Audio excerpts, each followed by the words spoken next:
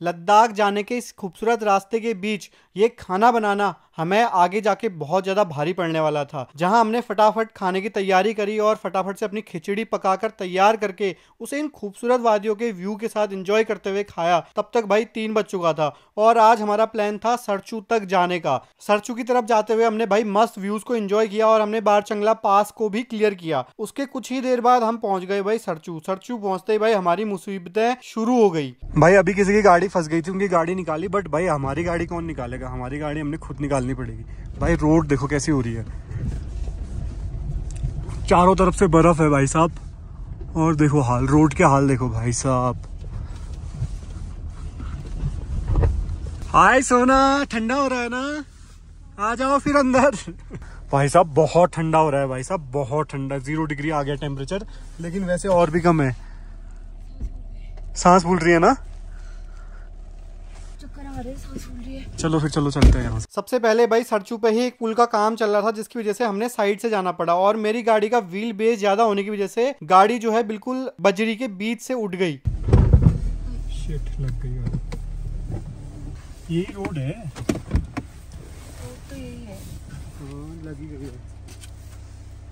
बड़ी मुश्किल से हमने वहां से गाड़ी निकाली और सरचू पे पहुंचे। सरचू की इमेजिनेशन मेरे अंदर कुछ और ही थी कि भाई होटल्स वगैरह मिल जाएंगे या होम स्टे वगैरह मिल जाएंगे, बट भाई वहां कुछ और ही था। प्रॉपर वहां टीन के कैंप वगैरह बने थे। और मेरी वहां गलती हो गई कि मैंने प्रॉपर रिसर्च करके नहीं आया कि सरचू में किस तरीके के होम स्टे या होटल्स वगैरह होंगे। भाई सरचू पहुंच गया हूँ मैं, लेकिन भाई एक्सयूवी लेके अब लिटरली पछता रहा हूँ। क्यों बोलो?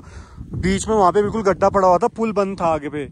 भाई साहब लिटरली गाड़ी यहाँ से ना ऐसे ये टच हो गया बिल्कुल ही भाई साहब। और आगे पे बिल्कुल टायर, गाड़ी के टायर फंस गए। मतलब ऑल व्हील ड्राइव थी, मैंने तो निकाल ली जैसे तैसे, बट भाई बहुत दिक्कत है। थार होती तो मैं उड़ा के ले आता। इसकी डर है ना, नाजुक कली है ये। अब हम सोच रहे हैं कि भाई यहाँ रुकना, ऐसे ही होटल्स हैं मतलब ठीक है मतलब, लेकिन हम सोच रहे हैं ले ही पहुंचा दे यार, आज नहीं हो पाएगा, वहीं चलते हैं। खाली एक दिन यहाँ रुक के क्या ही फायदा, ठंड में मरेंगे इधर। आगे जाके हम दोनों ने फाइनली एक डिसीजन किया कि भाई अब हम सीधे ले ही जाएंगे। और ले यहाँ से अभी भी भाई 5.5 घंटे दूर था और रात पड़ने लग गई थी। अभी तक हमने गाटा लूप्स भी क्लियर नहीं करे थे। और कुछ ही देर बाद हम जब गाटा लूप्स पे पहुंचे तो रोड की कंडीशन काफी अच्छी थी वहां तक। भाई खतरनाक गाटा लूप्स में हमारी एंट्री हो गई है। और जैसा कि मैंने एक चीज की गाड़ी हमने मदद करी थी निकालने में, उन्होंने बताया था कि गाटा लूप्स पे ही रोड थोड़ा अजीब सी है। तो देखते हैं भाई, क्योंकि अब जाना ही पड़ेगा यार हमने आगे को ना, उधर तो कुछ हो नहीं पाएगा सरचू में रुकने का है, बट स्टिल यार चलते ही हैं ले को। बाकी ये देखो आप, कितनी छोटी रोड है। रोड ही यहाँ पे आगे जहाँ तक अभी तक गाटा लूप जहाँ से स्टार्ट नहीं हुए थे ना, वहाँ तक बढ़िया रोड थी।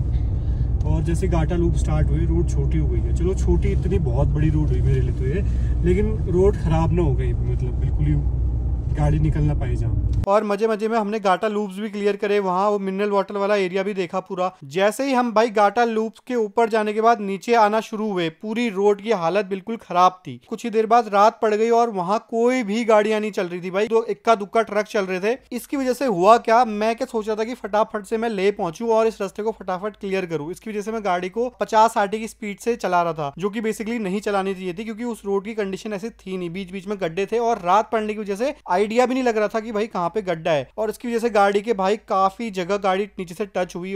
भाई फाइनली कोई पार्टनर मिल गया हमें ले जाते टाइम, क्योंकि भाई इतनी रात को कोई नहीं जा रहा है भाई। पीछे एक i10 या i20 है शायद से, ध्यान से दिख नहीं रहा है रात को। तो भाई कोई तो मिल गया, चलो पार्टनर हमें हमारे साथ जाने के लिए, क्योंकि भाई उनकी भी सेफ्टी हो जाएगी, हमारी भी सेफ्टी हो जाएगी। देखो पीछे से आ रहे हो भी आराम से, वो भी रुके थे शायद से कि हम, क्योंकि वो बहुत आगे थे भाई हमसे, वो भी रुक रहे थे शायद से कोई आ रहा है करके पीछे, धीरे धीरे चलते थे। और वो भी फैमिली के साथ ही आ रहे हैं, 2 लोग हैं, वो कपल है,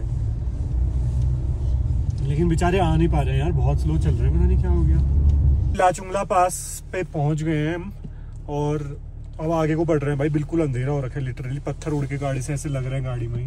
बट मैं एक्सपेक्ट कर रहा हूँ कि कहीं उल्टी सुल्टी जगह नहीं लगी होगी। नॉर्मल ये जो उसके पैर रखने वाला है, जैसे फुट रेस्ट कहते हैं, उस पर लगी होगी। लेकिन भाई क्या एक्सपीरियंस है, रोड पूरी खराब है लगातार। मतलब ये पासों में तो सब रोडें खराब है लगभग सारी। मैंने गाड़ी को देखा भी नहीं रुक के भाई, क्योंकि वहां माइनस में टेम्परेचर था और हालत ऐसी थी कि वहां रुकना भाई बिल्कुल रिस्की था। और फाइनली भाई काफी घंटे की ड्राइव के बाद हम पहुंच गए लद्दाख के एरिया के अंदर।